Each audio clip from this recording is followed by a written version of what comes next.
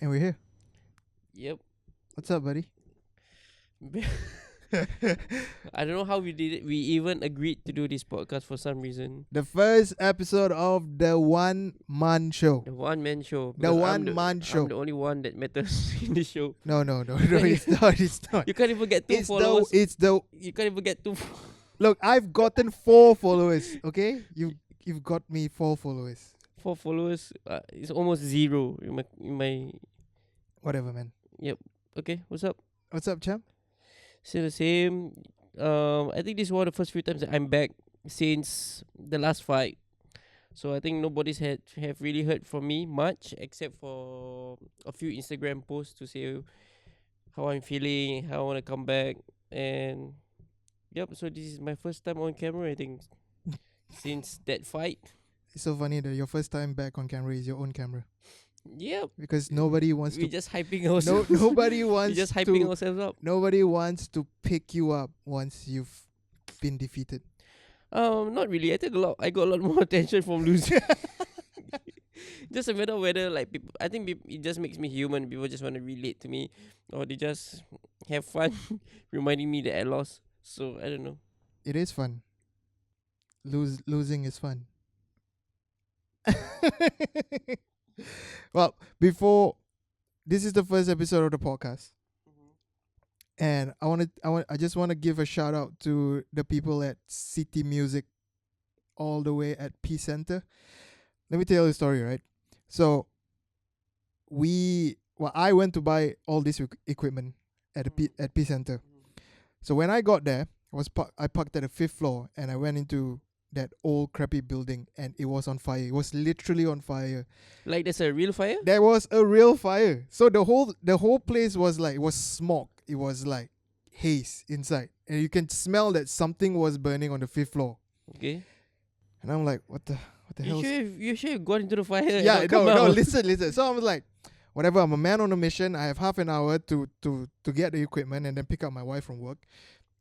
I was like, whatever. I'm just going down. The shop was on the 2nd floor, so I went to the 2nd floor and I found the shop, and there was a guy at the counter, and the guy's like, hey, hi, can I help you? And it's like, yeah, I need to get this equipment.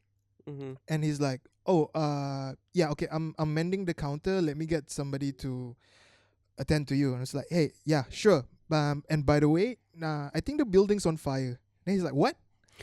And I was like, take a look outside, man. Yeah, I think the building's on fire. So he walked out and he smelled the burning smell. He's like, oh shit, the building's on fire. But then, dude, I respect this guy. He straight away turned to me and is like, but you still need to get your stuff. And I was like, yes, I do. Can I get my stuff before the building burns down, please? This is important.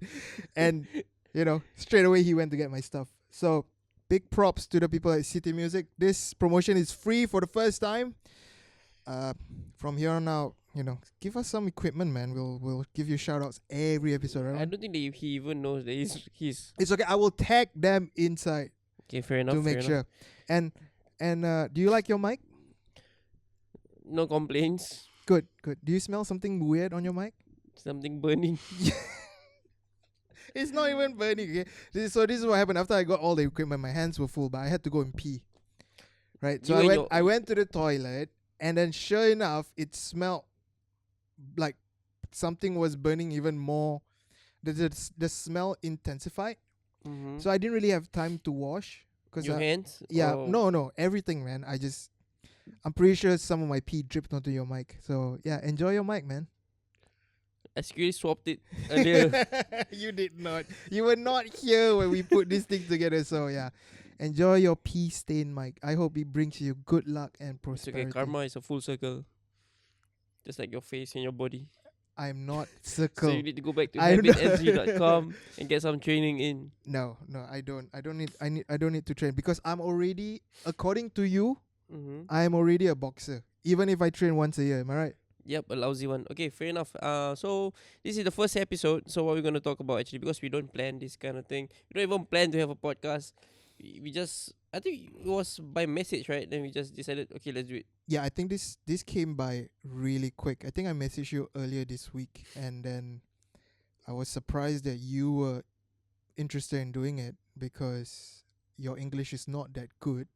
Mm-hmm. So to do an English podcast Pardon my is French. you're challenging yourself, and Pardon my French. I like that about you. You know, you challenge yourself even though you're like at a disadvantage. Mm-hmm. But I hope with my knowledge, my skills, and my degree in communications, Mm-hmm. you will learn something from this, Mm-hmm. and hopefully our listeners will understand that the chosen one here is me, and it's not you. You're just the chosen man. Whatever rocks your boat, please. So, I mean, this podcast is just to talk about things that I guess we both like to talk about. I mean, Yeah, we and obviously it's not just gonna be us. There's gonna be like guests, because if I definitely were to see your face all the time for every episode, I'm gonna die. And I think you're not the gonna the die. viewers are gonna die, and their ears are gonna No, bleed. no, no. So we're gonna have some exciting I'm guests. We pretty just sure I'm the good looking one here after what your last opponent did to you. was jackass. You've been punched so much. I've never seen a nose like yours.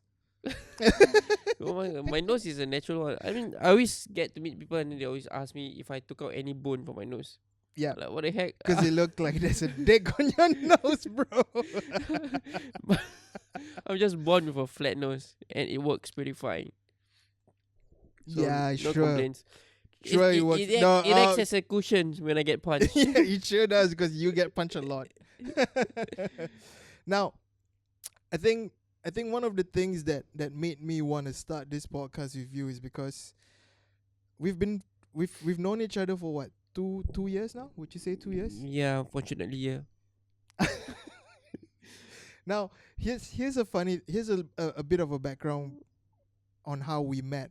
I think I was working, and then I had to interview you, right? That was before was that before your first ring star fight, or was it before your second I ring think star it fight? was for I think it was for the WBA Asia title, maybe. Was that Raw Singapore 2 or 1?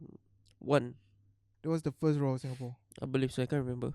Yeah. So, truth to be told, I had no interest at all, and I mean, didn't do my research, which is very bad of me. But yep, you suck at your job. I was just thinking that I've interviewed so many famous people around the world. I probably would not need to research on this guy because he's not gonna amount out to anything at all. Mm-hmm. It's just a mud. It's like, hey, my producer, is, hey, go and interview this boxer called Muhammad Ridhwan. I was like, Malay guy, what can he do?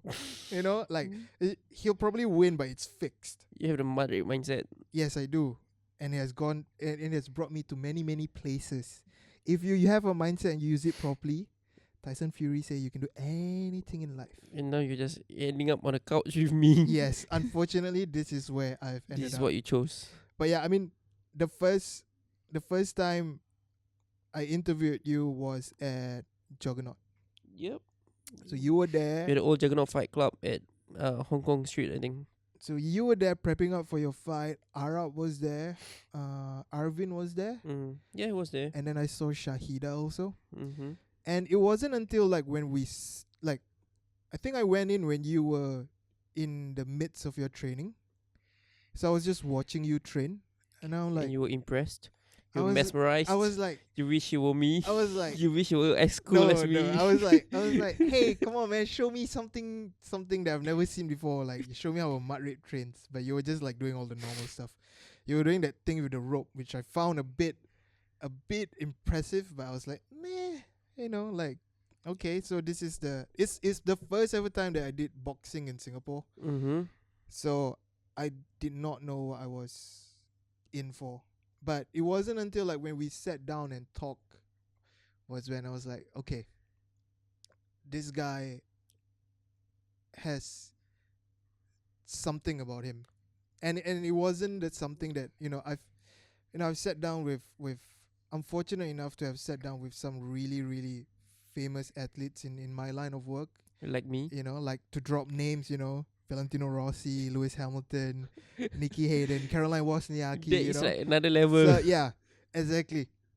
So all of them have an air about them where you don't really know what they are really thinking when you talk to them. Mm-hmm. There is always like a straightforward answer, Mm-hmm. and it feels very mechanical.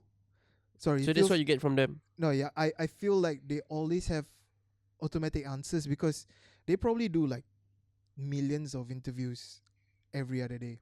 Yep. So they probably develop this mindset where I'm just gonna tell the journalist what he wants to hear and what he can write, and that's about it.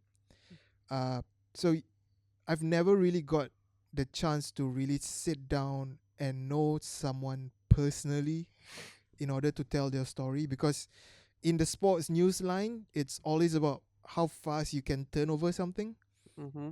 So when I was talking to you, it felt like I was talking to a friend because you were actually, Sorry, I gave all the wrong yeah, signals. you were. I'm giving you mixed At signals. first, I thought maybe this guy is not straight.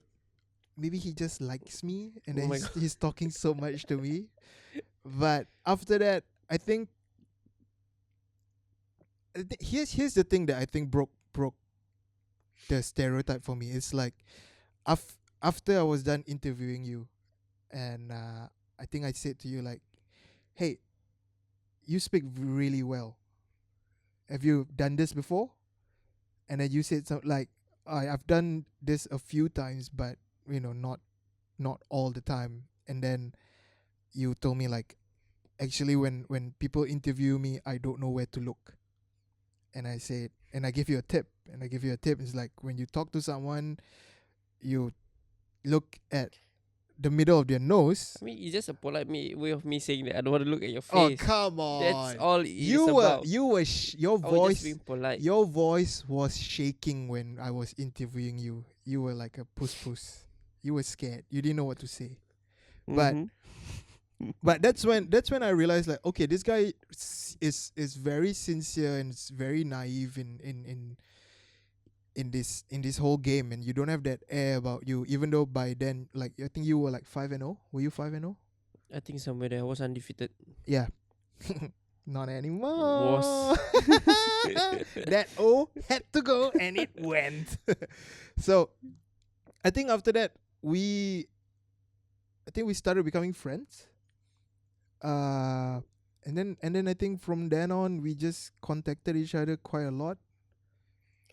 To make it sound so weird now. Most of it was you messaging me in the middle of the night, when you can't sleep and you're like, "What are you doing?" And then I was like, this guy has nothing better to do. Like at that point in time, I was more famous than you. I'm pretty sure I was more famous than you. You know. More famous for being the guy behind the scenes of Yes, pretty much. your job. Unfortunately, pretty much. But I think what brought us together is that we were very. I don't know about you, but I felt I don't know about what people would think about me, but I think that from the outside looking into you, I thought you were very, very driven, and you had a mission that you wanted to accomplish, and it's not something that I see in a lot of local athletes. I've not seen that kind of determination, and actually the actions carried out by you to back up that determination. And I just felt like, hey, this I could be a Ridhwan dick rider and just ride his fame. You know what I mean? I told you I wanted to tell your story, and I want to be the guy who tells your story because of that connection that we have. I mean, being Malays is besides the point. Both growing up in ghetto neighborhoods, Mm-hmm. Yishun and Teban, is besides the point. But I just feel like when I see you train and determined to get what you want, it feels like it's something that I do when I'm at work also. Like when I first joined ESPN 7 years ago, Mm-hmm. there was no Malay journalist at all, and I told myself that I'm gonna be the Malay journalist. Oh, that's still an achievement, I think. And I've gone on, and from then on, it's a lot of hard work, and that's something that I see in you also. You're not afraid of hard work. So fast forward, here we are today. Yeah, but I think those are the kind of things that made us who we are today. We just hustle and just grab whatever opportunity that is there. Actually, to be honest, I've met a lot of athletes, but from my point of view, it's very rare that I see that they are not driven, or they are not what do you say, like, not confident. I see them as, I always see all the other athletes as better than me. I mean, no matter whatever sport that they do. But when I speak to like my business partner or you will say no, this athlete is just doing the sport just for the sake of it, for example. Yeah. But I guess I'm just too busy with my own progress. I don't really bother that much about what they think about themselves or the kind of aura that they have. But I think to other people, they're pretty much quite amazed with athletes and how they carry themselves, and that is something that is amazing for me to know and for me to learn. Okay, but I mean, have you ever, now that you are, Mr. Boxing Singapore, have you Mm-hmm. ever like looked at yourself in the mirror as like, I've made it, man? Uh, I've made it better than you, but but other than that, I think I still think it's still a journey. I'm still not done, especially in boxing. For me, there's still a lot for me to learn. I'm just a normal person doing amazing things, I think. And I see it as a lifelong journey. So I've never thought of the point of time when I have to retire. I think the thought of it scares the shit out of me. But I know eventually I will go to that, but not so soon, hopefully. And I never thought of myself as the best, or the best boxer, or the first in Singapore to do this, because everybody's trying to be the first in something. So it's so freaking annoying. The first Singaporean to do this, the first Singaporean to do that. I think my goal is to not be the first, but to create something that lasts. Because I think that's more important than being the first. There's no point of being the first and be the only one to do it. It's better for me to do something, create a legacy, then create a path for the younger generations to follow. But hopefully they're not gonna grow up and fight me, because by then You'll be old. I'll be old. They have to hope that I've retired by then, because if they're still fighting when I'm fighting, I'm gonna kick their butt still. Yeah, I'm pretty sure you will. Yep. But I mean, it's been an amazing 2 years. Yeah, time flies so fast. Damn. Like I remember when you had to take your own transport to your fights. I still do. Well, there are times now where you get to lodge at a very expensive hotel before your fight. I was there when I was there. I was actually with you when you fought at Suntec, remember? Yep. And I was just, while we were walking around Suntec and just seeing like so many people wearing like TCW shirts, Mm-hmm. uh, everybody who walks past you, wanted to say hi, wanted to acknowledge you and all that. And just looking back at where, like the first time I interviewed you, where it was like nobody even knew that Singapore had a boxing scene. And then now, you just fought at Marina Bay Sands, Yep. and it was almost a full house, I think. Yep. It's it's just amazing how that journey has been for you. But then you lost. You just had to lose. Yeah, it just adds to the drama. People love drama. No, I people just don't. People just want you to win. Sorry guys, I just do it on purpose. No, you did not. Yes, No, you did not. You don't. I do it. Everyone. Your opponent's probably gonna hear this, and it's like, nope. It doesn't matter. How You see your drums are burst. has I beat him up good. has do you think your life has changed a lot ever since you've been successful? I mean a lot of. I think right now, I think they we have a lot. I have a lot more eyes on me. I mean, I'm just like anybody else. Like I said, I lose, I win. I'm successful at some points of time. At like some points of time, I fail also. Only the difference is now that I fail with the world watching. Yeah, that So I must think, suck. yep, that was suck. That must suck. But thank God I'm not knocked out. So I'm not in like some knockout highlight reel or something. What do you think went wrong there? What do you think went wrong in your last fight? I don't know, man. I'm not the kind to make excuses, but maybe the weight cut was one of the factors going into the fight. Right. Because I have never fought at 55 kilos ever. Okay. Yeah, well, it's true that I get to rehydrate after the weigh-ins, but I don't think that I got the enough time to rehydrate well. So even though when I stepped into the ring at 60 kilograms, I think the extra 5 kilos didn't mean much because my body is still running on empty, still trying to recover the weight that I lost. And I think one of the things that is important in boxing is to not let the opponent do what they want to do. So at that night, we had a proper game plan, but the thing is, my body just did not respond. Yeah. Yeah, I wasn't tired, but my body just shut down. I think for a person that have seen you fight a few fights, I missed. I think I missed you at Raw Singapore 1 because I wasn't there. But ever since then, I've seen all your fights, and there's always this sense of, like, you always tell me, you start off slow, Mm-hmm. right? You always say, "Oh, first 3 rounds, I actually try to feel my opponents and all that."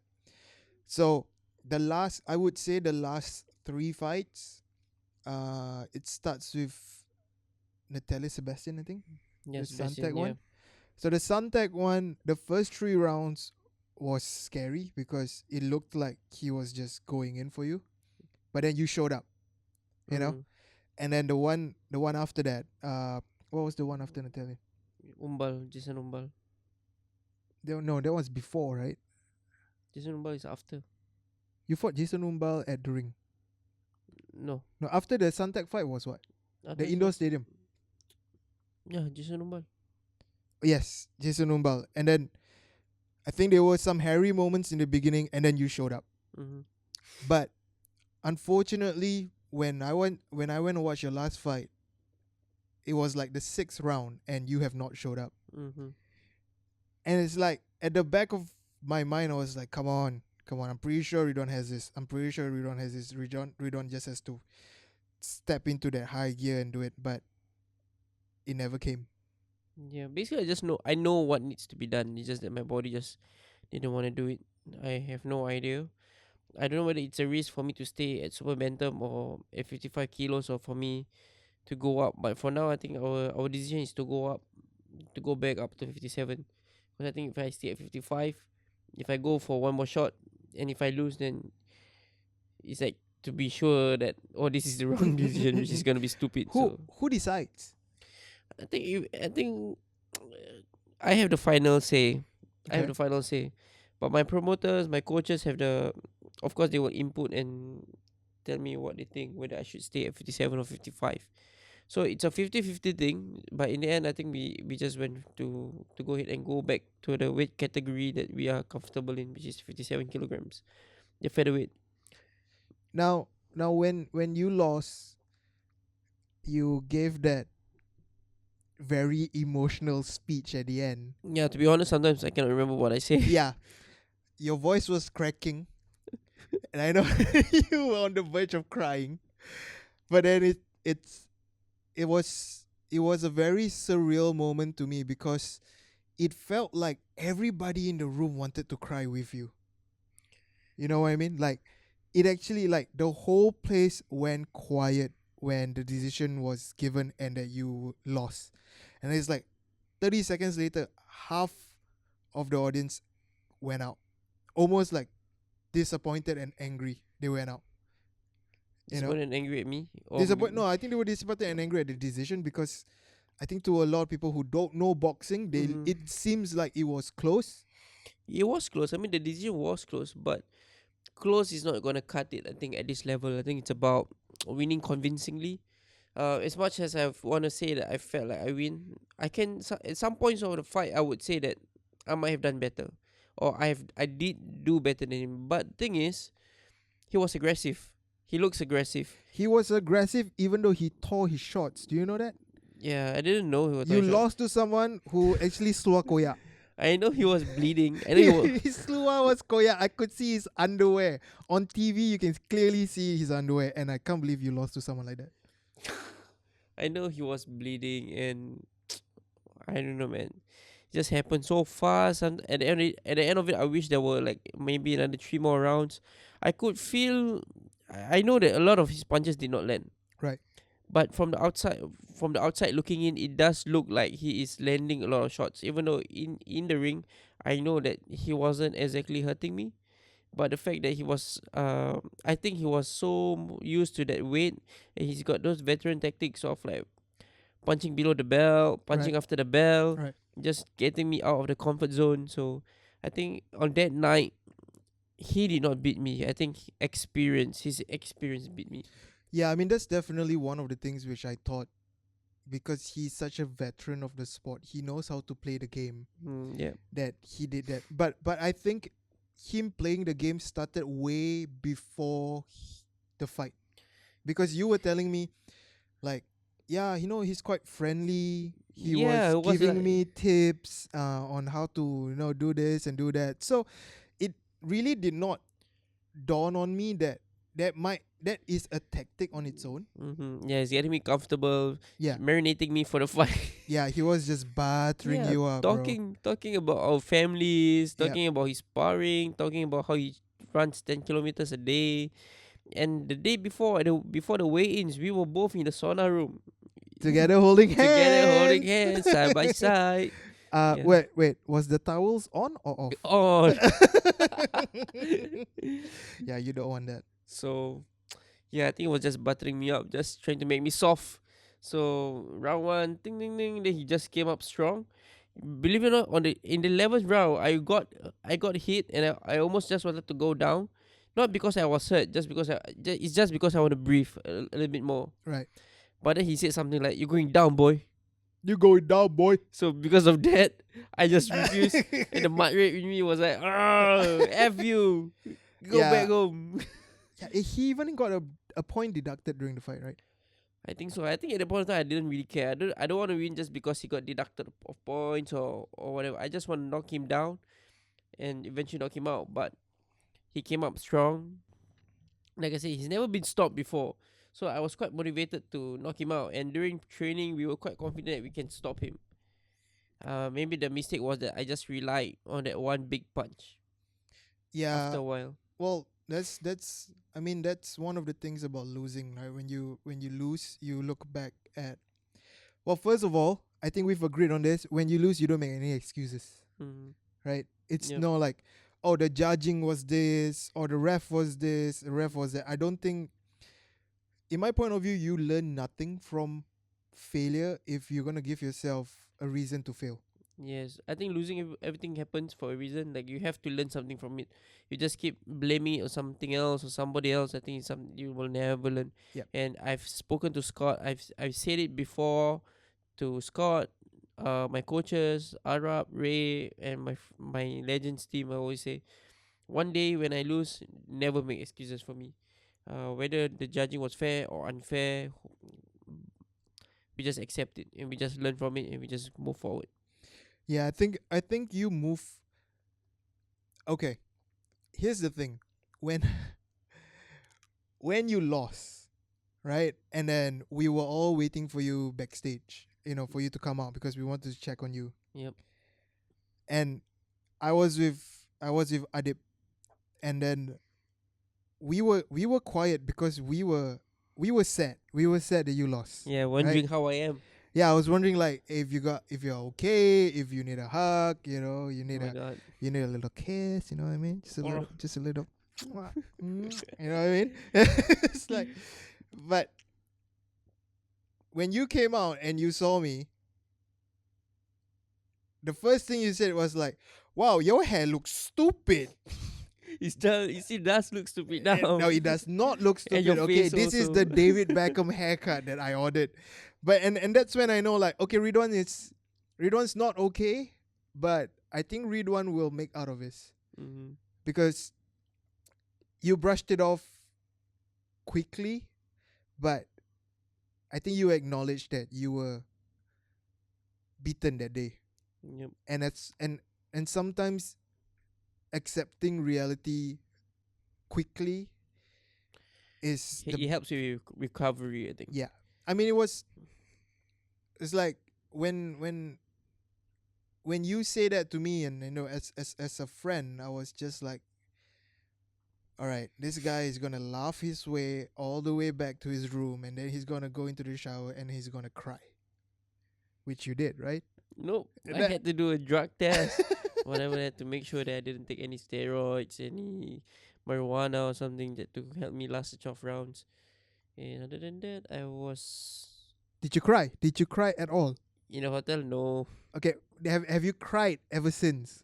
no, Okay, I guess you really got over it that quickly. I cried in the dressing room though. And then the ref was like, "Oh, don't worry, you're stepping up, and this is how it is at the world level." Blah blah blah blah. Most of the times I didn't hear because one, I was having diarrhea. Two, I was just so sad for the fight from losing. You were having diarrhea. How were you having your diarrhea after what he punched you so hard? I don't know. I really think it's a weight cut. I think my body just couldn't respond. My body was dehydrated, and I was having diarrhea for like when I was cutting weight. What happens if you shit in the ring? Almost happened. Thankfully, it didn't. Has it ever happened before? It I has mean, happened. I have seen it happen in MMA in the Yeah, one of the UFC yeah. fights. It was a girl. Yeah, And I think girls she with was the wearing problem. white. Maybe she was wearing white. Could keep the shit together. Yeah, she cannot keep her shit together. But what do you think will happen? Will they like stop? Like you go because there's gonna be shit all over the ring, and then the ring is already as slippery as it is. You don't want someone to slip on shit and knock their head out. I have Do you no think they will idea. stop? I think they will stop it. Get you to come in and pick it up. Okay, that's if you have a solid shit. If you have a diarrhea shit, Please don't talk about I think shit they in our will. first episode I of our think, I podcast. think they will. You know how you have each corner has a bucket, right? Yep. Yeah, they're probably like, hey, go and shit in the bucket, man. We'll give you 5 minutes. You probably get disqualified. I think it's How can you be disqualified for shitting? for something that nature calls for.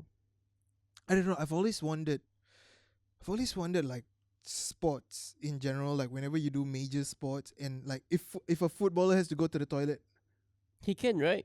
You just take a break. I guess.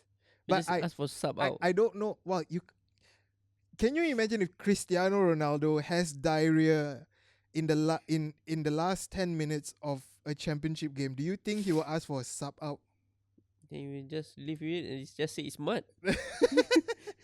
But I know Formula 1 drivers, Mm. they just pee in the car. Then I'm not surprised. Yeah, they pee in the car. They lose up to, so apparently they lose up to like 3 kg Yeah. of their body weight when they race. Mm. And they also have a water bottle inside the car that they can drink off. So the water bottle goes straight.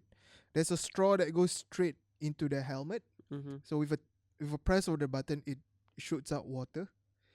So they are taking in fluids while they race, Mm-hmm. and at the same time they'll just pee in the car. And there's actually like sensors in the car that can tell the engineer when the driver is taking a pee in the car. What? And there's been some weird, because some race teams they wear white overalls, Oh my god. and it gets so hot in the car that your pee automatically heats up and evaporates, right? So Mhm. there have been some times when I think it was Lewis Hamilton or Valtteri Bottas, one of the Mercedes drivers, because they wear white overalls. So when he come out and he won the race and he come and celebrate, he stands on top of the car and he goes like, yeah, and then I can see a pee stain and I was like, ooh yeah. Like whoever washes that car. turns you on. No, Maybe they're going for a date and they forget that they're not in the car and they just pee. No, I don't think. I don't know. Have you ever peed your pants? Not since since I've got a thinking brain. Yeah, because I think it takes another switch in your brain to force yourself to pee somewhere you're not supposed to pee. Like if I was driving and I had to pee, I don't think I can ever pee in the car and I've tried. Oh my god. I've tried. I'm not I'm kidding. never ever going I've to get into your car. Well, there was a jam and I've tried. And I tried not to pee in my pants, but I tried to get a bottle, but then like it just wouldn't come out because I think there's something just in your brain that says, nope, not gonna happen, man. This is not the right place to pee. Mm-hmm. So yeah, back to the question. I've always wondered how, like tennis players, they can take a toilet break. I know they can take a toilet break because their matches goes on for like 3 hours. Mm-hmm. So they're allowed to go for a toilet break. They have medical timeouts where they get a physio to massage them and all that. But Well, fighting, I'm not sure, man. No, so I don't think it's ever gonna happen. I know that before stepping into the ring, I need to take a pee, and I already put my gloves on. I got the tape on. It's You already just pee with your glove it's on. already been signed. So So how do you pee then? Does Ray come out and like yep. does Ray like, here, let me hold your dick for you one. So Ray and I went to the A1. toilet. One A1. So Ray and I went to the disabled toilet, and Does he wash for you after that? no. So I went to pee. Yep, That's gross, dude. Why don't you do it before you get taped up? I did. How And long how long in advance do you get taped up? maybe 1 hour, 1.5 hours maybe. So from the moment that you get taped out and They sign. I they can say sign, pee. you cannot take off your gloves. Yes, I cannot take out the wraps. Then I go and pee. Then before putting on the gloves, I went to pee again. Then I put on the gloves. Then when you feel nervous, when the nerves get to you, then you will want to pee again. And I had diarrhea, so that's bad. But I mean, like nobody knows. I don't want to make it like an excuse. So Well, of course it's not an excuse. Everybody has to shit, but I mean, you've not made an excuse for yourself. yep, This is the first time anyone's heard about what happened that night, I think so. Yeah. right? So, I mean, we're just But still, no regrets. I mean, Scott told me before to go to the super bantamweight category, and I said no. But what happened was that he told me to think about it, which I did. So I went back to Ray and Arab to discuss again. Say what are the opportunity is there for the world title at the super bantamweight category, and it's only like 2 kilos below 57. Yep. Still was a no. So we delayed the thought, and then at the point of time, then Scott came back. Oh, the money is pretty good. Then the opportunity to be world champion is there. So the combination made us rethink again, and then somehow we said, okay, let's give it a shot. No regrets, just just try. And so we did. the money was good, The money was okay, pretty good. So we went for it, and Ringstar. I mean, they pretty much took care of me quite good. right? So all I can do is just go in there, do my best, and as much as I wanted to win, I am quite glad that the decision was pretty fair. So Okay. because I heard somebody's gonna, the decision was a good one. If I were to have won that fight, Right. they're gonna call it the rigged one. It wasn't from me. It was one of the audience. Really? Yeah. Somebody shouted that. No, somebody told Scott about it. So, but whatever it is, they respected Scott. They respected the show. They respected the whole idea behind that show that is fair. So, Well, I guess that's that, right? yeah. But mentally, how are you? How are you trying to cope with that?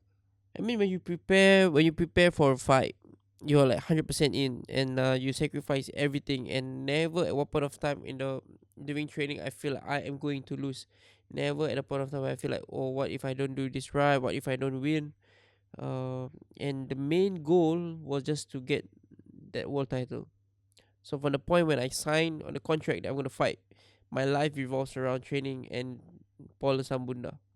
Yep. So I've seen on video, we talk about him in trainings, and there's never been a time where I feel I'm going to lose to him. And when I eventually lost, of course it was a bit tough to get myself out of that thought because I already practiced my victory pose. Oh, come Yeah, on! no, no, not really. It would have been ugly either ways. Yeah. So I mean, I just have to pick myself up and get it done, and just come back. I obviously had a 1 month rest, so Yep. that You got fat. yeah, it was pretty good. The rest is good, but the problem is the 1 month rest means that I was doing almost no training.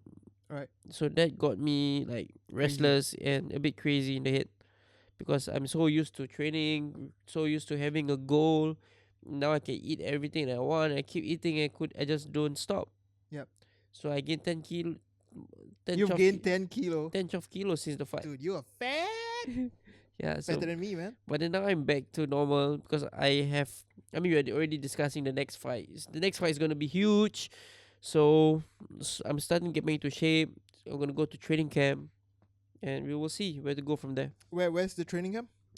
we're looking at Philippines. They call it a survival camp. It has to be called a survival camp for a reason. It looks like a kampong. Yes, it is, and you have to catch your own chicken if you wanna eat Oh, chicken. so this is all rocky shit. Yeah.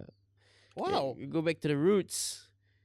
I What don't know. roots? Actually, What roots? actually, I don't know. I'm just talking. I'm just trying to glorify my training camp. I have no idea what I'm gonna do. Yeah, it looks like a broken down training facility. It looks Yeah. like Rocky when he had to fight that guy in. Even Drago. Yes. I think it's just to. I think it's just. I think I need that environment again where I need to be away from certain people, Sure. certain mate. things, environment. So I can be refreshed.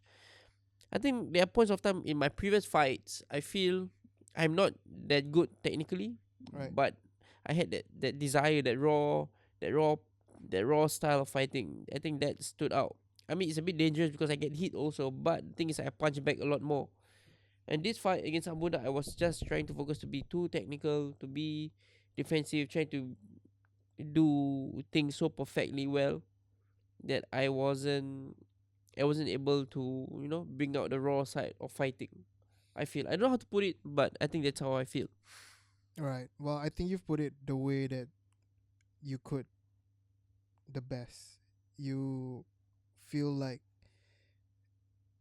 you feel maybe the instinct was not there. Would you say the instinct was not there? Yes, maybe I was just trying to be beautiful, Yeah. technical, Yeah. perfect. So it has to be like this, have to be this distance. I can hit him. Yeah. If not, I wouldn't hit him. You So- you are a boy who grew up in Yishun, and you suddenly want to go eat at a fine dining restaurant. And there's so many Yeah. spoons and there's so many forks you don't know which one to use. But you try to be atas lah, Use you the know. That's spork. what we're trying to say. You should just be yourself. Go eat prata. Use your hands. Yeah, yeah. That's pretty much. Yeah. To put it. That's you should.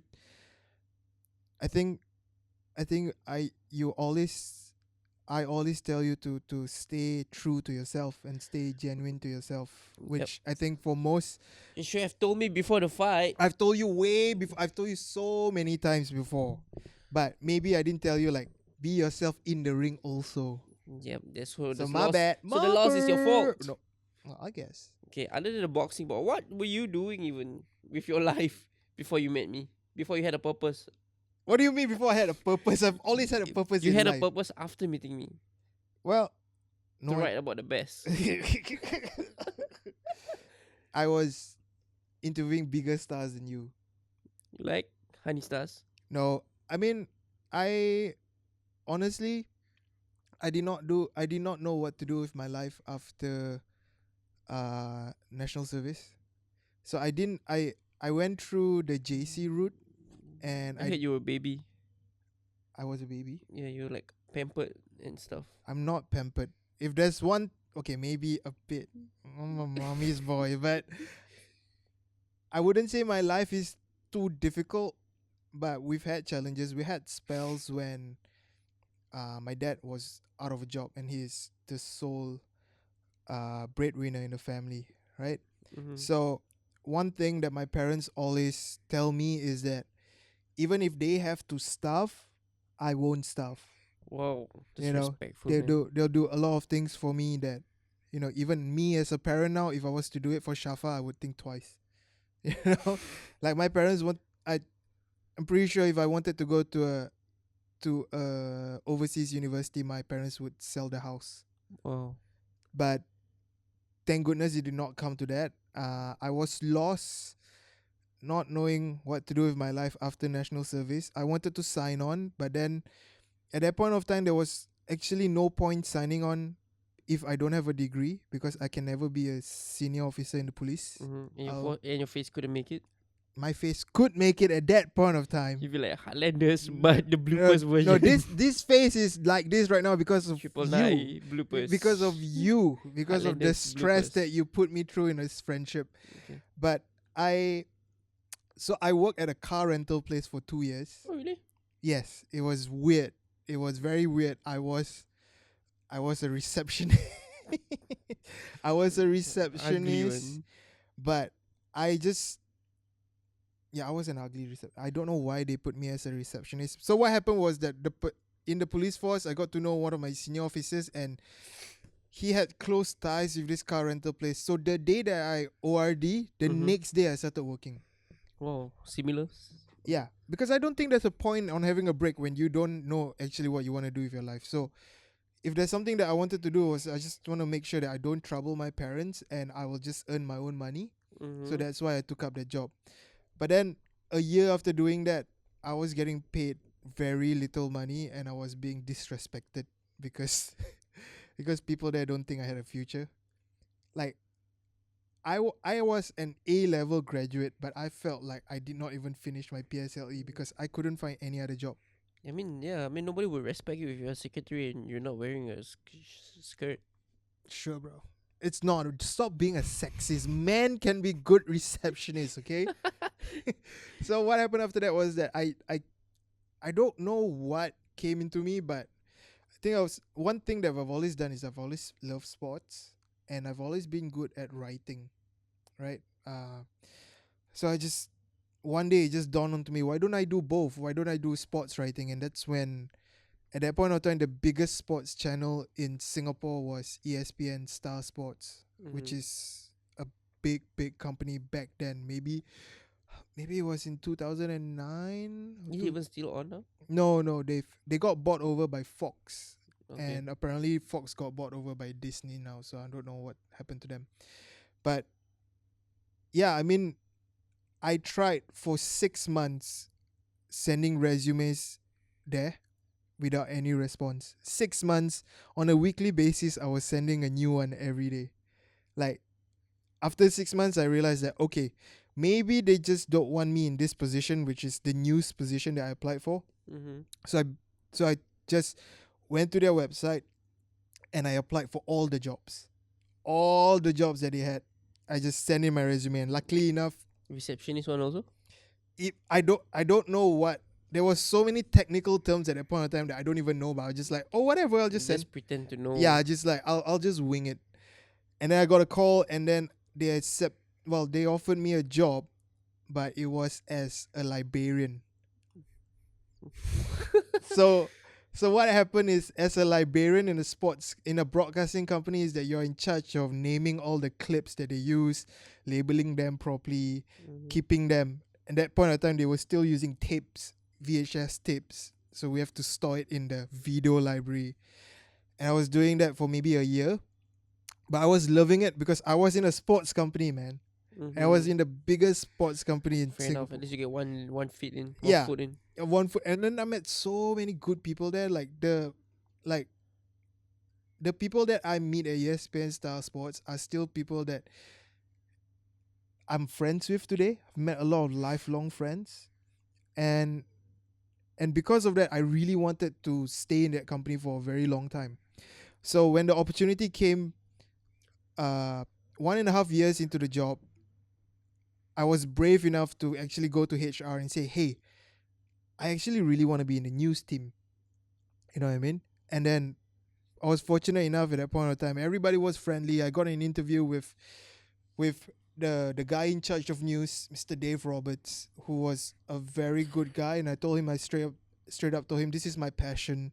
I like sports, I like writing, but you know, I don't have a degree, but I'm taking one right now. So I was a year after I joined ESPN, I started taking my degree in communications Where we studying back then? at Unisim. Okay. So I was studying part time, classes at night, work in the morning, Mm-hmm. 3 times a week, I think. So it was just hustling. And then Dave Roberts was kind enough to tell me that if you are determined, I'll give you a shot. Wow. So that's when it started, and I so called got my dream job. You know what I mean? I was in the Mm-hmm. news team as a production assistant. I did not know how to do anything at all. So you have to script, you have to edit, and at that point in time, I was not good enough to voice yet, and I had to learn a lot of things on the go.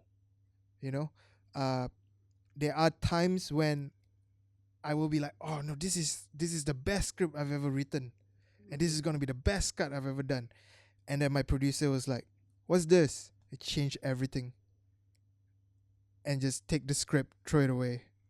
Really, is it always so drama? To like It it tear it is off it and then is throw it it away. is very dramatic because we were working on a 24-hour news channel, and whenever there's breaking news, we have to report it as soon as possible. So sometimes when your work is crap and it's not good enough, and if you're just learning how to write for TV, it will be really really stressful for you. Mm-hmm. And so there has been a lot of times when I got on my bike and I went home and I just cried and I just told myself that maybe I'm not good enough for this. But that went on for maybe the first 6 months of me being at ESPN. And then one day I just stood up to one of my producers and I just went like, "Hey, tell me what is it that I do wrong? Stop changing my script and not telling me where I went wrong. Mm-hmm. Tell me where I went wrong. Tell me where to improve and I'll learn." Right? And I think that guy uh was taken aback by me doing that. His name is the name of my producer is Dougie Chalmers, DC. And he was like, "Oh, you're really up to this?" And I was like, "Yes, I'm really up to this. I'm serious about this job. I'm 6 months in, and everybody's still changing my script, changing my edits, and it seems like I can't do a single thing right." So that's when he said, if you really want to be successful in this line, then listen to everything that I ask you to do and constantly ask for feedback and constantly learn. And from that period onwards, I was working very closely with him. My scripts got better. Every producer that I work with, I will tell them, "Hey, I'm here to learn. Teach me, please." Mm-hmm. I beg them after work. No, we work 12-hour shifts, right? Sometimes my shift starts at midnight and it ends at 12 noon. I will stay on. I'll do extra work. Everybody that I work with, I will ask them for feedback, and then gradually I improved, and then I became a contributing member to the team instead of just dead weight, instead of just a coffee boy. Mm-hmm. And I started to contribute more, and that's where I get more and more ambitious, and I started producing, I started doing live reporting and all that. It's just a journey of learning and learning and learning. Like, you can never not learn. I think learning is the most important thing, and being level-headed and wanting to learn is one of the most important things that I think I've learned at a very young age to appreciate. Mm-hmm. Because if you are going to a workplace and you feel like you're better than everyone else, you're not. Correct. You cannot be like a Mr. Know It All and expect people to love you or respect you. I think it doesn't work that way. I think when I entered when I entered the news team, skill wise I was zero, but I got people to add on to that skills because they saw my hustle. Mm-hmm. And I took every opportunity that I can to improve myself. I was sent to Macau for my first overseas trip to do the Macau Grand Prix, and I was just actually supposed to do just a news clip, and that was it. But I did a news clip, and then at the end of the news clip, I did a PTC, which is a piece to camera. Mm-hmm. So that was my first ever time being in front of the camera and talking and stuff like that. But I was so confident in the skills that I have, and I was so passionate about racing at that time that I just took a risk and I just sent it over back to Singapore and let my boss see it. And I told my boss, like, "Look, this is something extra that I did. You can play it if you want on air, but if it's not good enough, don't play it." Mm-hmm. And then half an hour later, he called me up and he's like, "Did you get any coaching to do this?" And I was like, "No." And he's like, "Dude, this is great. You look natural on cam." And I was like, "Of course, I'm good looking, you know what I mean? Mm-hmm. Of course, I'm good looking and I'm confident." And then they played on air. And So that's the first one. that was the very first time. I think it was. Do you have a clip of it? I still have a You clip gotta of it. show it to the viewers. You can show it to our was listeners. so. Thinking of it now, it's so bad. It is so bad. But if you never try, you never know. And if you don't hustle, even if you want to try, you wouldn't have that confidence, those skills to actually do it. Yeah, I still think you're faking this whole thing. I am not We need to freaking this whole see thing. we need to see this video. If not, it did not I'm happen. pretty sure I have it, and one day I will put it up. But it's so Yeah. bad compared to the work that I'm doing now. Until then, it didn't happen. Sure, sure. It has to be on Instagram, on Facebook, on or up in our channel. Then we believe Now, it. if we get a lot of if you guys want to see it, you guys put it in the comments below.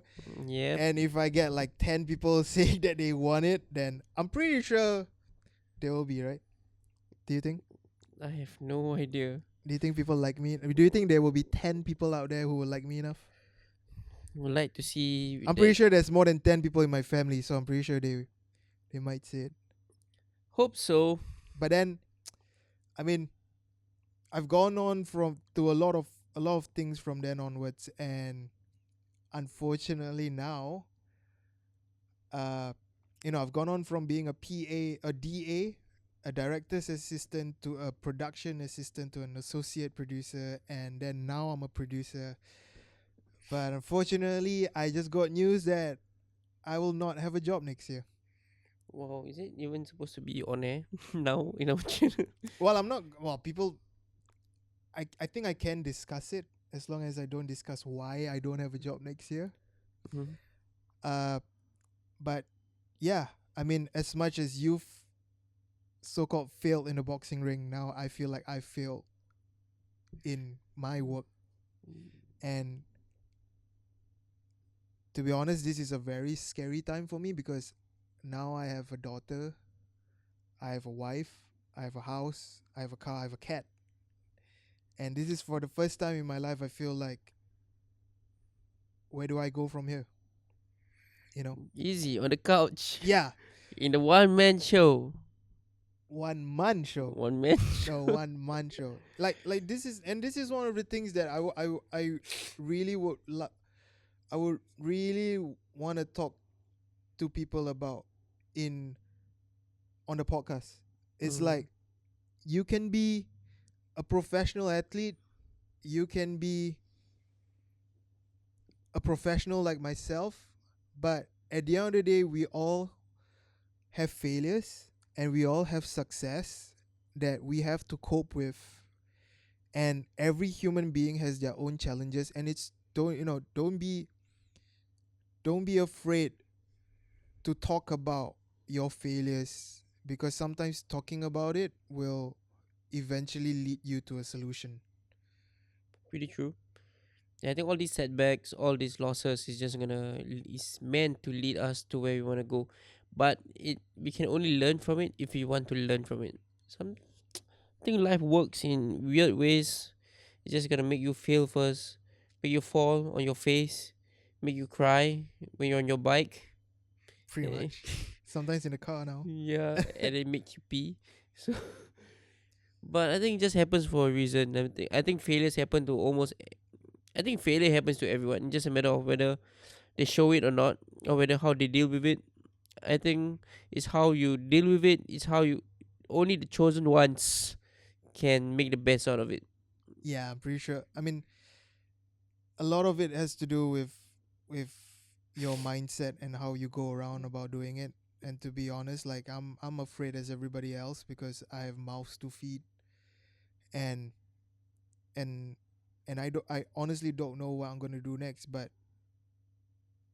sometimes I think about it is like there's so many other professionals in my line which I see like these guys have not gone through the things that I've gone through, the hustle that I've done. Yep. Uh, but they live in a more secured workplace, and they don't have the kind of challenges that I have. But maybe this is just one more hurdle that I have to go through to eventually become what I want to become, and that is one of the best people in my industry. And maybe this is the biggest challenge that I have. Yep, I think so. I think it's just gonna make you a better person in the industry, and also outside. I mean, to be a better father, to be a better husband. I think one day I think you're probably gonna meet a teenager who's gonna have the same ambition as you, and you are able to tell him that you've lost a job before, that you've worked so hard for, and you have the power to say that you gotta keep going. At least they know that you've gone through it before, and you don't just say it because you just read about it or Yeah, just see about it on YouTube. You experience it, you live through it, and you're just gonna be more credible, I guess. I guess. Well, I gotta pee. Okay. Clap, clap, boom, shakalaka. Let's go. And we're back. Yep. You took a long time to pee. Thank God you didn't pee on my I freaking think that couch. I think there's something wrong with my bladder, and I need to get it checked. Your bladder is as weak as your fighting spirit, which is almost none. I'm quite good, man, At what? at work. What? What? What work?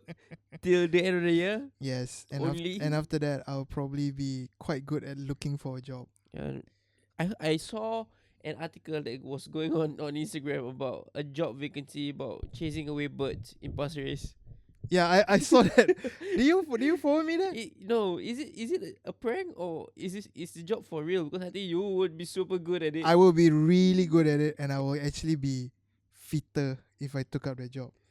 No, you have I've to spent enough time in front of the computer just doing edits that I think I need to work you out. have to be fit to do the job. That's I am one, fit. That's one of the requirements. I've just not passed my IPPT for the last 3 years, but I am fit. Oh my god, you're a lousy policeman. Yes, I am. I don't think. I don't even understand how you end up being in the police. What's the weirdest job you've ever had? I wouldn't say it's weird. I no. To be honest, I have no weird jobs. Really? Yeah, no. What jobs have you done ever since you graduated poly? I've done quite a number of odd jobs. Alright. I remember I was in primary school. I was sending. You were working in primary school? Yes. That's child labor, dude. Yep. No, I just want to earn like extra $15, $20 to buy buy a Digimon. Okay. So back then, my friend's mom was a property agent. Mm-hmm. So we had to. Mm-hmm. I see where this is going. So we had. Mm-hmm. Hot milk property agent. Yep. Mm-hmm. So we had to send the pamphlets to all the houses, and we end up throwing most of them into the dustbin. So we didn't know that they had like a spy. They had a spy to check whether they received the pamphlet. Obviously they didn't, because they end up. You Yeah. got caught Yep. trying to cheat. That's a very Madrid move. Yep. That's a very But that Madrid first move. work experience showed me and taught me how to be more lazy but be smart at it. So you've learned how to work Cheat. smart. Yeah, and not cheat my work way hard. out. Yeah. Then after that, in secondary school, I was working for McDonald's in Pasir Ris. Well done. There was at the point of time, Mac delivery was not out yet, obviously, but we were already doing deliveries on a bicycle to the HDBs and like the freaking condominiums nearby, only in Pasir Ris. And yeah, that was quite an experience. I was a cleaner before at Suntec City. Yep. I did Where you fought. where I fought also. I did pest control. I did what else? Lorry delivery. I installed fridges in people's homes.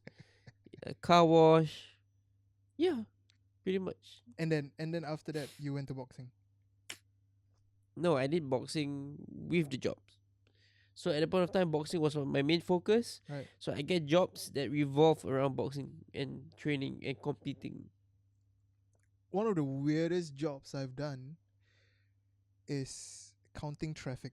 Have you heard of it? Like, it's like a traffic surveyor. Yeah, but that's so weird. It's just No, it was weird because it's like random places. like where.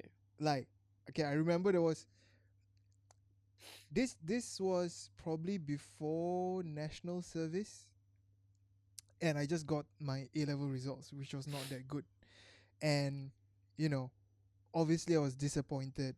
My family was disappointed, but at that point of time I was just thinking about, oh, maybe I can just go on with life without education, without a degree, Oh, okay. right? But there was a point in time when I was, so the job was for 2 hours and it pays $25. So it's 2 hours in the morning and 2 hours in the evening where it was peak period. So that's it was $50 a day. So it was quite a good job. So you count what? Humans or No, the I have bus? to come. I have to come like I will be stationed at a traffic light, and I will have to count like at every traffic light at that point of time, say 12 o'clock, how many cars are waiting in traffic. So it's like, Mm. okay, 10 cars, 5 motorbikes, 7 lorries, and I have to write it down For every stop. for every stop. So under the sun for 2 hours. Under the sun for 2 hours. So it was actually, I was okay with it. It was like $50 a day. Wow, that's a lot of money, you know what I mean? And then like sometimes they check, sometimes they don't. So Mm. sometimes I just put numbers when I can. And then I go somewhere to smoke. But it wasn't until like one day, I think I was supposed to count traffic outside NUH hospital. There's a junction there. And uh it was literally just usually they will assign us either at a bus stop or somewhere when there was shelter. Mm-hmm. But that day they just say, okay, this is the traffic light, and there was no shelter there at all, but there was a drain. So you went in the drain. So me being Malay, being mad, of You course I are- sat on the drain. I sat in the drain, Okay. not in the drain. I sat on the side wall of the drain.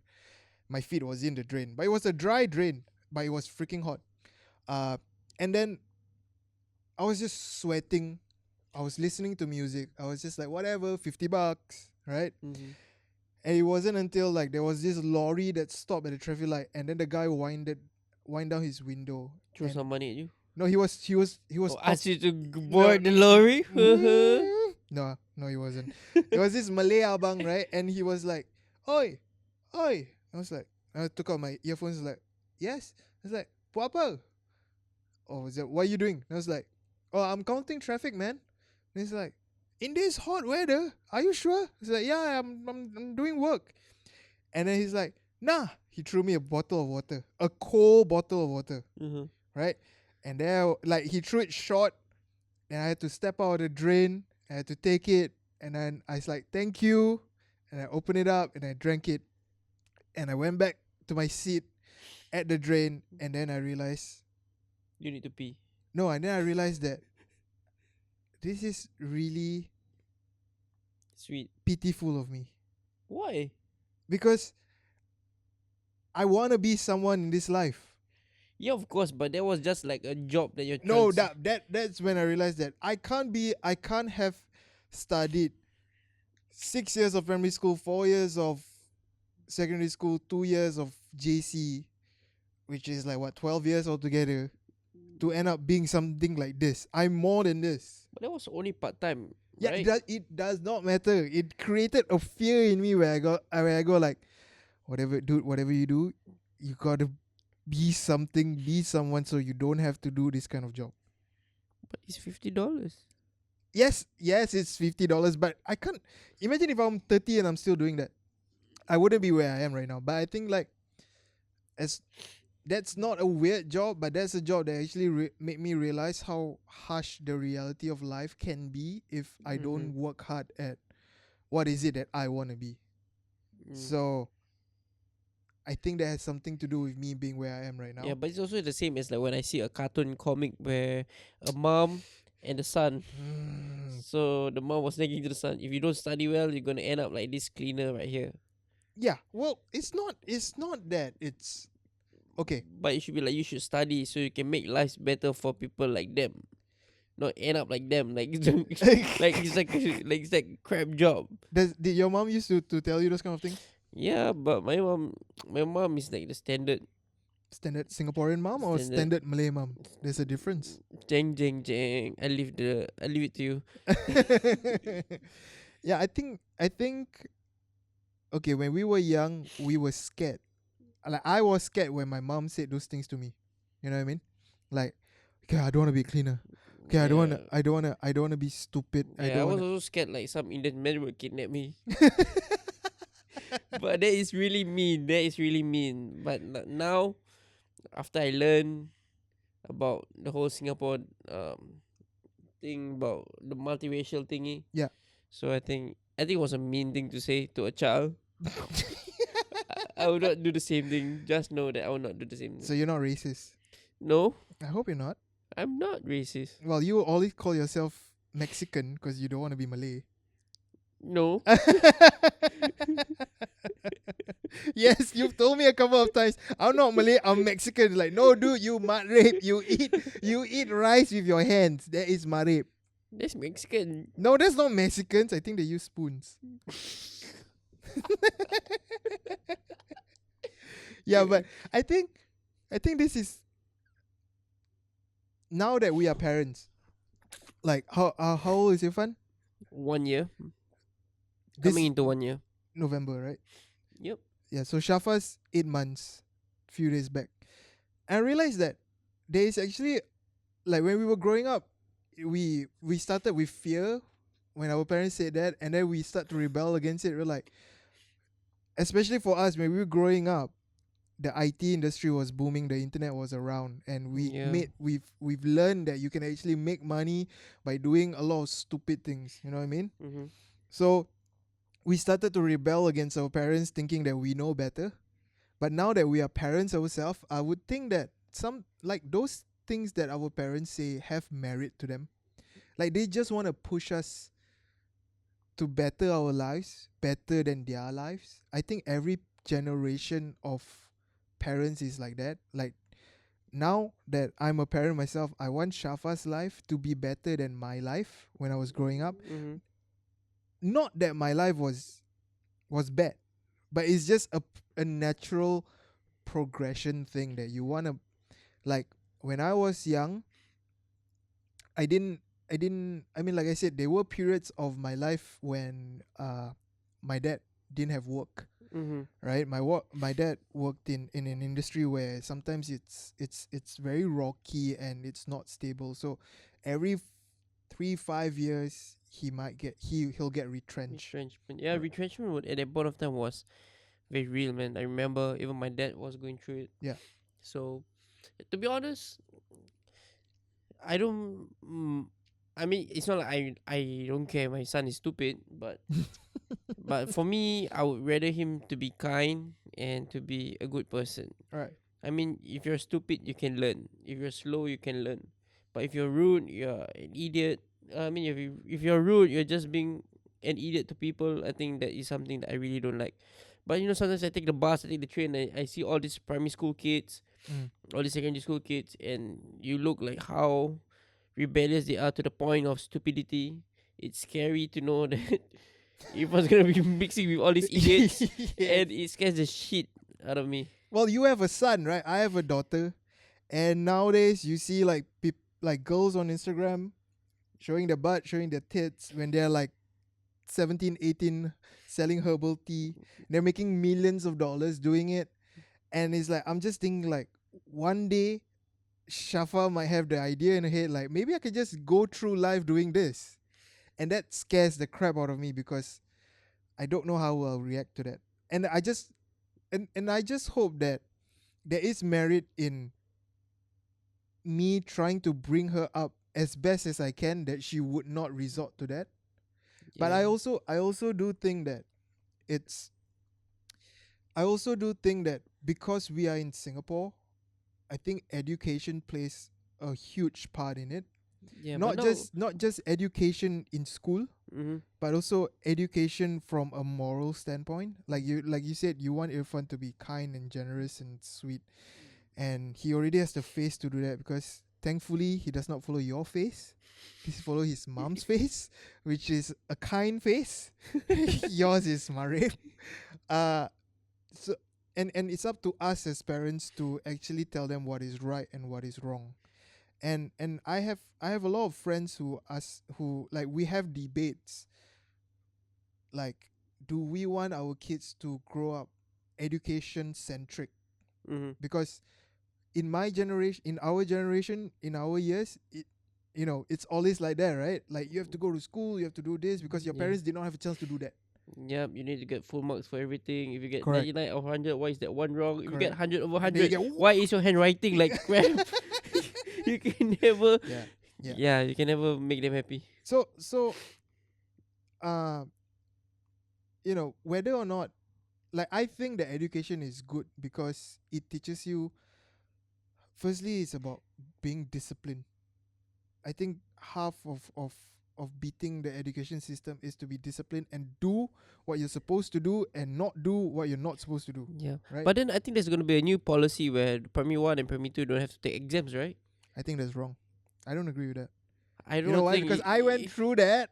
yeah, but I just realized that it's just gonna take them like up to primary 3 to for them to realize that they are There's such a thing as failure. yes. Like the other day, my friend was asking like,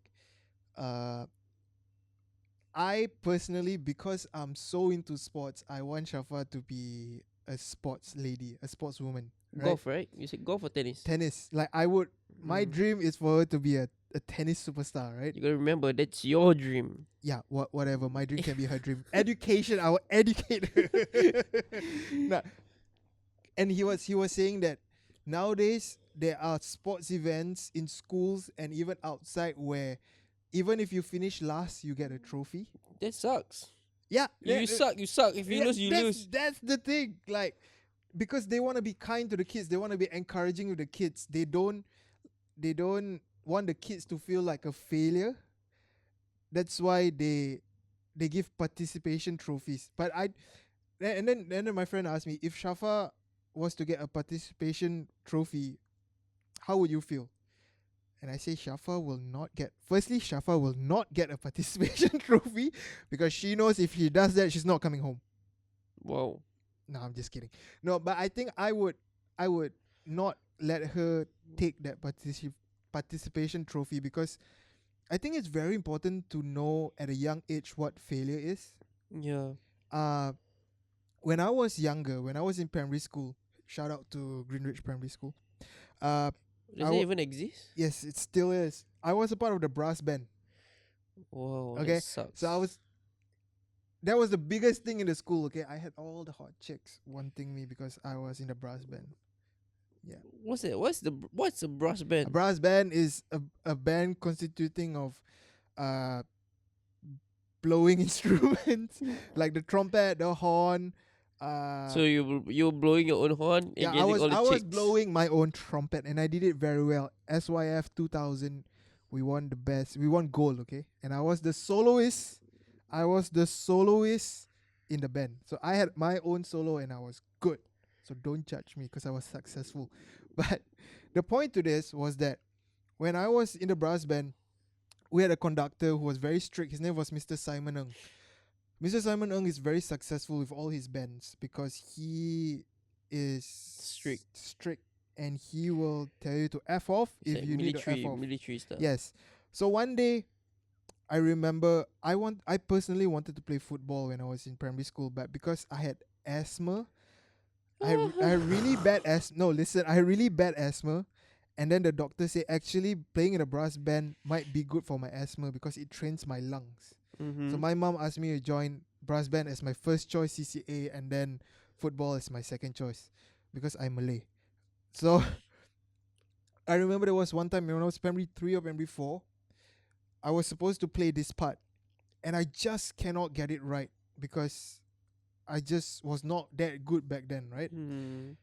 And so I think Mr. Ng he wanted to show that he was frustrated that I couldn't play that part. Uh-huh. So he kicked a plastic dustbin Wow. and it went smack right onto my head. I hope he gets charged for vandalism. No, it's back then there was no such thing. Yeah, true. You know what I mean? And I was so pissed and I was disappointed and I felt disrespected. I went home and I told my mom, I want to quit. I want to quit because this stupid guy kicked a dustbin at me, hit my head. And I feel so embarrassed and ashamed. Oh, baby. What's your name again? Baby. I was mommy's boy. So I tell my mom, I want to quit. I just want to play football. When I play football, I just run around. No one says anything. You know? Doesn't matter whether I'm good or not. And then my mom's like, you want to quit? It's like, yeah, I want to quit. It's like, sure. Quit. And it's like, you sure? It's a dare. And it's like, yeah, quit. Quit now and you will quit everything that you do from now on when things get difficult. What, did your mom have access to YouTube back then or what? No, my mom, I don't know. My mom's How did she come up genius. with all these My mom, motivational yeah. So challenges? she's like, quit, and everything that's difficult for you, you'll just quit. You know, don't try, don't try to prove him wrong. Just like, I've never thought about proving him wrong. Challenge accepted. Yeah. So I took that as a challenge, and I stepped up, and eventually, like I said, I continued with the band, and I became a soloist, and Mr. Ng liked me, and we won gold at the National Youth Festival, I think SYF, and I was one of the top soloists in Singapore. Whoa. So I think a participation trophy will not allow kids these days to feel like that. Yeah, just makes them happy and contented with being last, Yeah. and to know that at least I try. Yeah, but trying is not enough, Yeah, man. yeah, I know. It's like it's just, i- i- yeah, I agree. I don't like the fact that you just do something. At least you try. Yeah. I don't think I don't think that's what do you call it? That's a good thing to rely on. Yep. That's not a good mindset, because I think it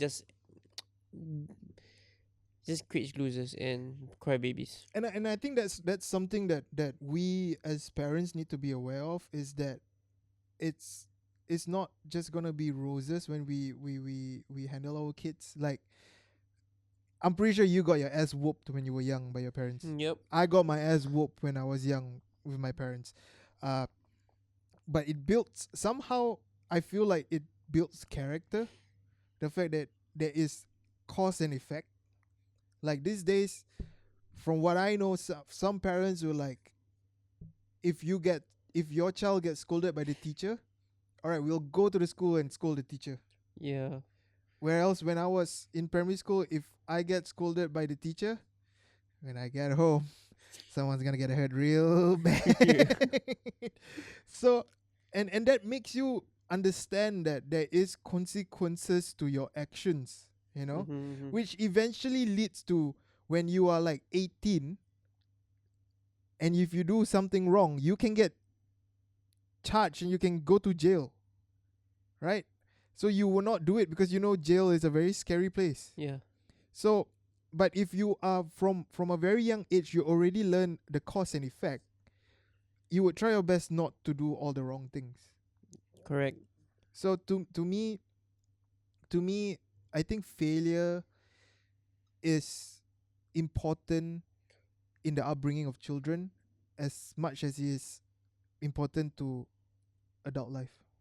Yeah, correct. I think the more they're exposed to fail, not saying that they should fail at everything, but they need to, in a way, they need to feel it, to get a taste of it, Yeah. and they need a bit of guidance at the start to, like, want to get through it.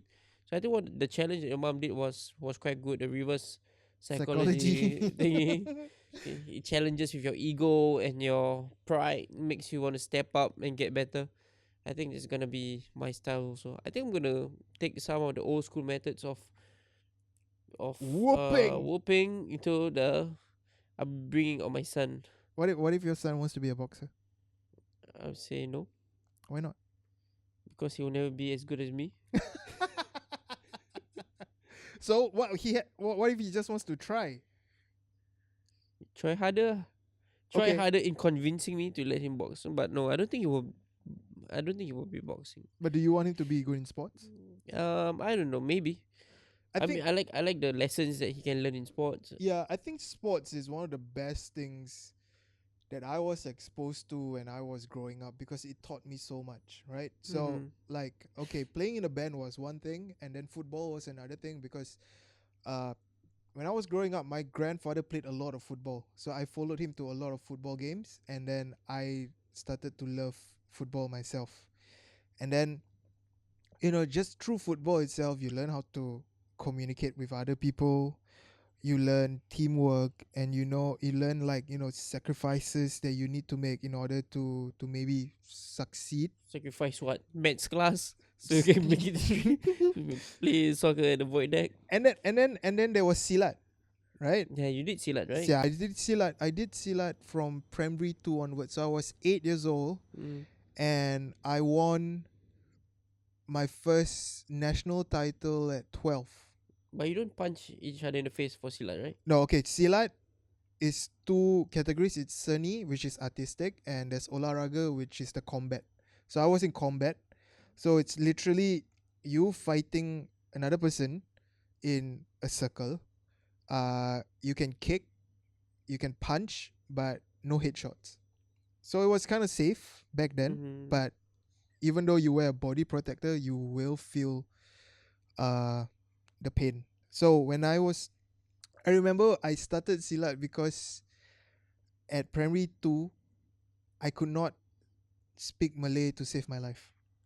Wow, you suck. Yeah, I do because I when I was growing up, like I said, generations before us will always try to focus on the things that they don't have. Mm-hmm. So I think at that point of time, in 1988, the early 90s, no, speaking English was a very big thing, and not a lot of Malays know how to speak English Is it? or are good at English.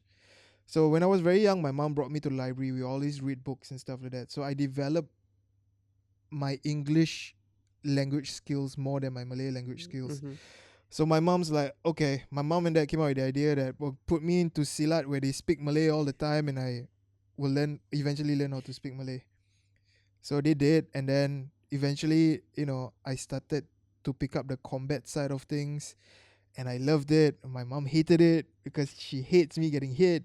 Oh. Exactly. And then, again, won my first national championship at 12, and I think I won 5 or 6 more national titles after that. And I was exposed to a lot of things in the Silat world that I could apply to my life, like discipline, Mm-hmm. like hard work, determination, like how to get over adversity. And this is why I think sports is very important to every kid's life, because it's from those lessons that you learn in sport that I believe the lessons that you learn in sport can be placed in your life anywhere, Mm. especially when it comes to work. True. In your in when you are working, and you feel like if you're not disciplined enough, sometimes you fall behind the progression of others. So that's where you apply the fact that you've been disciplined. Discipline pays off. Hard work pays off. That's why you try to apply it in different parts of your life. It could be a relationship, it could be studies, it could be work. And I Yeah. think if you don't expose your kids to that, I think your kids are missing out, man. Correct. I think this is in this generation it's our time to make the change. I think we always blame the people now. The people now are not like before, but you see the generation that taught us. That's why we turn out to how we are now. I think it's our chance to bring up the younger generation now. Mm. So hopefully we will all like come together, get the kids back to loving sports, balancing the studies of course, and then get the Kalang wave going again. Look at you. Get the Kalang wave going. Yeah, that's gonna be impossible, bro. No, I don't think the Kalang wave I will. would want to get the Kalang wave back, but into boxing. If only, but I don't know. I think we are almost there. I think I think a lot of changes have been made. I think we have a power to make the difference. Do you think the reason why boxing is so popular these days in Singapore is because of you, Yeah. Mr. Big Woo, woo, Head? woo, woo. I think it's a lot of work being put behind. Of course, the promoters did a lot of work. Sometimes the promoters fighting with other promoters, and Mm-hmm. then the Mm-hmm. boxers coming up and to share their life stories, their training, and now we have social media. We have Instagram, we have Facebook to promote what we do, our events, so people can relate to us. Yep. But of course, winning fights, winning titles get people to follow the sport a bit more. But I hope they don't just follow these athletes when they are winning, but they just stick with them, because I think all of us are sacrificing our own all of us are making our own sacrifices somehow. So we can only be doing what we do if we get the support from everybody. What's your end game, man? My end game is to be the best version of myself that I can be. I mean, winning the titles is gonna be fun. I mean, winning titles, being the best boxer, maybe the best Singaporean boxer, maybe, I don't know. That's all gonna be fun. But I really, really love the journey. I really love being the underdog, pushing myself, breaking barriers, and just I feel like it's my responsibility to build up the sport. I think the sport has given me so much, make me a better person. Brought me back to school, gave me the opportunity to start different businesses. Boxing is my way to reach out a bigger audience. So hopefully I can make a difference from there, because a lot of teenagers want to learn boxing, but the thing is they don't know how difficult it is. Mm. Training is easy, but the life is super difficult. The So boxing life is super difficult. life in general, I think. Yeah, of course, life is. Fights are easy. Training is easy. You just need to show up. But I think there's gonna be a lot of things outside. Like for now, I'm working with the anti-drugs campaign. Mm. So things like this, like drugs, like bad company. I think these are real issues in Singapore that we take things for granted, because we don't live in a ghetto area so much now, and these things are happening and affecting the youngsters. And I think but sport is a way that can save lives like this. That's that's that's really that's really different from what a lot of athletes would say. A lot of athletes would say, I want to build my legacy, I want to be remembered in the sport. But you're saying, but your end goal seems like you want to create a change, a social change. That's very unselfish, and I think that's also one of the things that makes you relatable to so many people. Is the fact that Maybe. you, at the end of the day, you're just that guy who wakes up in the morning, wants to eat some prata, go to the prata shop and eat it. And it's not like remember that day where we saw that guy walking in his gi, Yeah. right? Who walks around on the streets with wearing his BJJ Like, gi? I don't see you walking around with your belt Yeah. or in your boxing shorts. Yet. I'm pretty sure I'll make you do it one day. But I think, one, like I said, one of, going a whole circle now, one of the things that attracted me to you is the fact that Dodgy conversations. you are just like everybody else. Yes, I'm the same, man. I have the same problems. I have the same problems at home. I have the same problems as you. Whoever. Some problems are even like first world problems.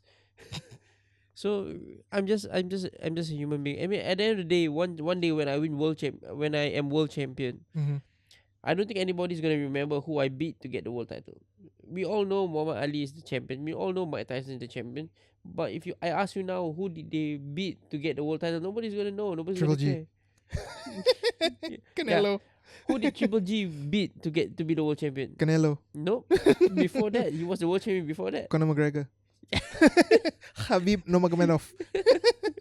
it was like Sekari beating Fadi Ahmad in boxing. So yeah, that's what I mean. I mean, there's gonna be new news every day. You're gonna at this point of time, and back then I felt like losing was huge. But the next day there are a lot of other news, people dying, Earthquake. earthquakes. There's so many things. There are much more bigger problems, And but I think the losing part is just in my head. So at the end of the day, we all move on. And belts are just gonna collect dust. I just love challenging myself against tough opponents. I love winning, but I rather lose because I tested myself against the best rather than fight easy taxi drivers, random guys on the street, and just getting the wins. Brilliant. I think being all that has also brought you to this couch. Yep. I don't know whether it's a good thing. It has yet to be seen. Well, it's definitely not a casting couch. I don't think a lot of people know what that means. Not But good luck. yet. But yeah, I think this is the one of the ways that we are going to try and reach out to the community. Mm-hmm. And like I said, this is a platform that we're trying to explore so that people from all walks of life understand that, everybody at the end of the day have their problems. Yeah, everybody has got a story, their comebacks, their setbacks. I think we want to bring that out from Yep. people, and we all can together be motivated, can be inspired, because I think we all rely on each other for motivation. And I think as a Singaporean, I hate it when people say that Singaporeans have got no more heart, no more soul, they're just robots working for money. Yep. I think we are more than that. I think we can bring that back. I think we can. I think we Bring can. back the Kalang Raw, Kalang Yeah, Wave. I think we can bring back the Singaporean spirit. The times when we were fishermen. I don't know what it's just supposed to mean, No, but no yeah. thanks. I don't want to be a fisherman. There's no Wi-Fi, dude. Have you checked Fisherman's Friend Suites? They are probably millionaires. Yeah, they probably are, but I'm not sure. I don't think they're from Singapore, dude. Yeah, but whatever. I think whatever it is, I think we all can come together and make a difference. Yeah, I think definitely this is this whole podcast. We're trying to get as many people from different walks of life that we can, Mm-hmm. and we want to talk to them. We want to sit down, and we just want to hear their stories, and then just get a different perspective on life itself, because we are learning about life every day. Like, True. I learn from all the things that I've gone through. You learn from all the things that you've gone through. uh it's just that we learn in different ways. I learn from a journalist point of view, you learn from an athlete point of view, and I Mm-hmm. believe that everybody can just bounce off each other, and that's what we're gonna try and do on this podcast. Definitely. And right now, I've exceeded the number of words for the day. I've got Yes. nothing else to say. So Yeah, because I'm out. because your English is limited. So let's wrap up the first episode of the One Man Podcast. One Man Podcast Do or the follow One Man us Podcast. on at the One Man Show. Yeah, on Instagram, the One Man Show. On Facebook, the One Man Show Podcast. We're gonna try, grind out one episode a week, and I'm gonna publish it on Wednesdays.